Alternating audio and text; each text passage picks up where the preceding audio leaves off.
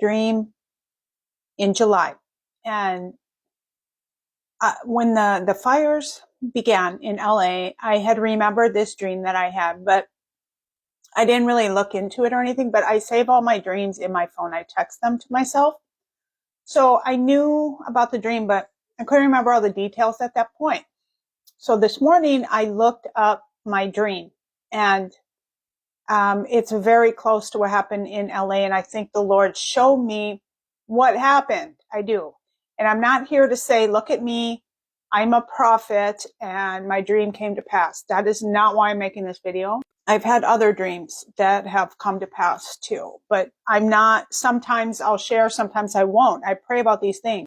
But the reason I'm sharing this one is because I have to repent for something I said in a previous video about chasing conspiracy theories. I had a prideful tone because the dream shows that there was something nefarious that occurred. I'll show you the date stamp and you'll know that I had the dream on July 16. Actually, there were two dreams back to back. The second dream is about the fire, but dream one was about putting the masses to sleep, okay? And I was resisting in my dream.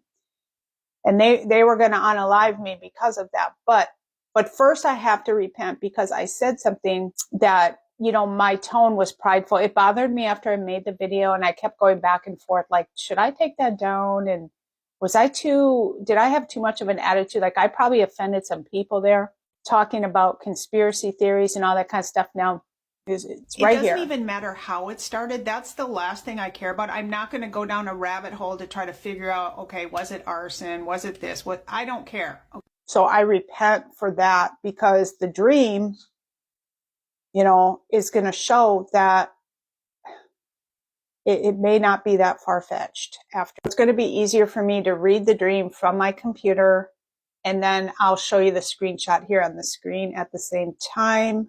So I'm just going to read the second dream because this video is going to be too long. Dream 2. Okay, so I'm just going to read it here.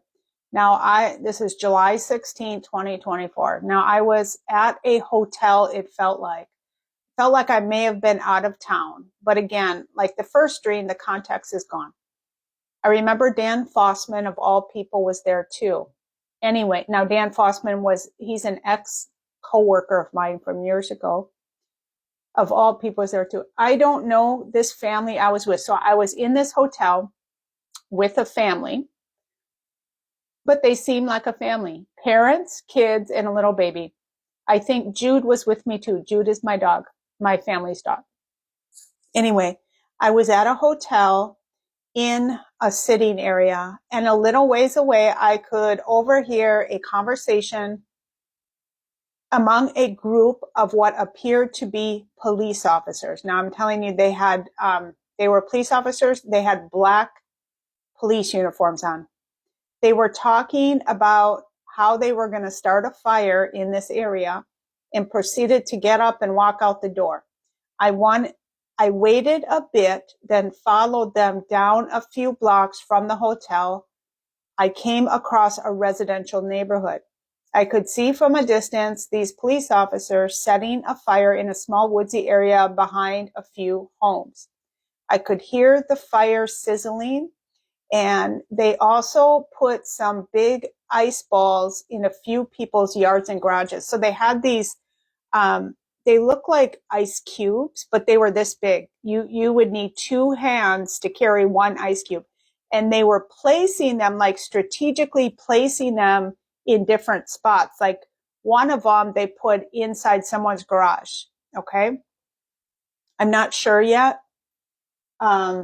I had a knowing they were doing this because the area was very congested with homes close together.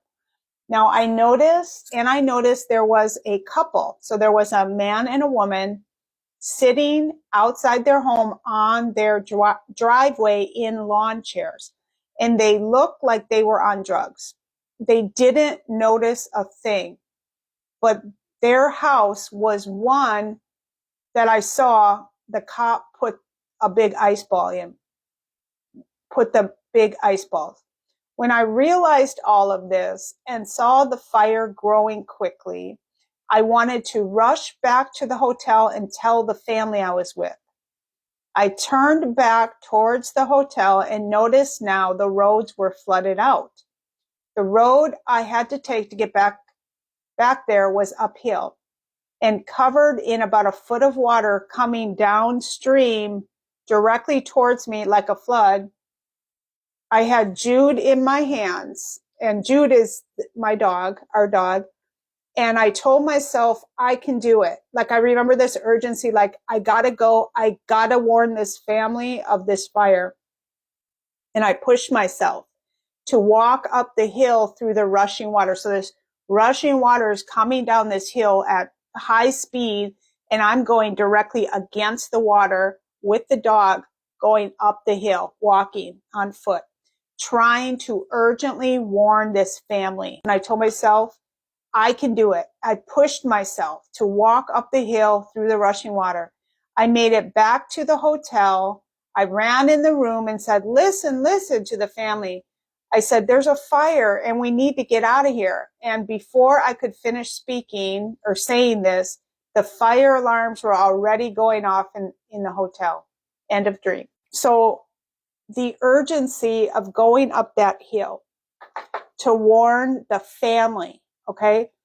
I believe that's symbolic for the family of God. And the Lord is saying, no matter what, you have to warn them. And that's precisely why I'm making this video about this. And people need to know. Now, the couple that was on drugs, they look like they were high out of their mind, right? I think what that represents, because the fire was literally under their nose and they were completely oblivious to the whole thing. I think this shows how the world at large are asleep. They've been put to sleep and drugged almost, so they're not paying attention to what's going on right under their nose. I'm pretty sure that's what that scene meant, because the dream one that I had, which that dream was exactly that. It was everyone was on drugs. They were trying to get me to take drugs. I rejected it. And then they want to unalive me because I rejected it. So what they're trying to do is put the masses to sleep with distractions and God only knows what else. So they don't notice what's really happening right under our noses. I think that's what the Lord is showing. Of course, I'm honored that he would use me to deliver this message. This is the Lord warning his people, his remnant, and we need to stay awake and sober. 1 Peter 5:8, be sober, be vigilant, because your adversary, the devil, walks about like a roaring lion, seeking whom he may devour. So important in these last days. God bless. This is the first dream. You can see July 16th.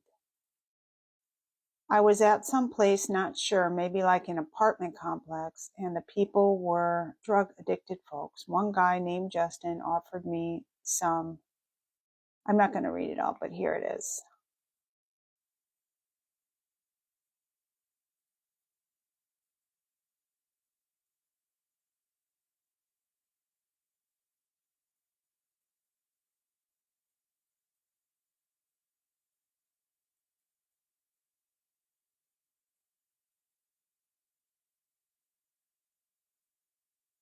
Dream 2.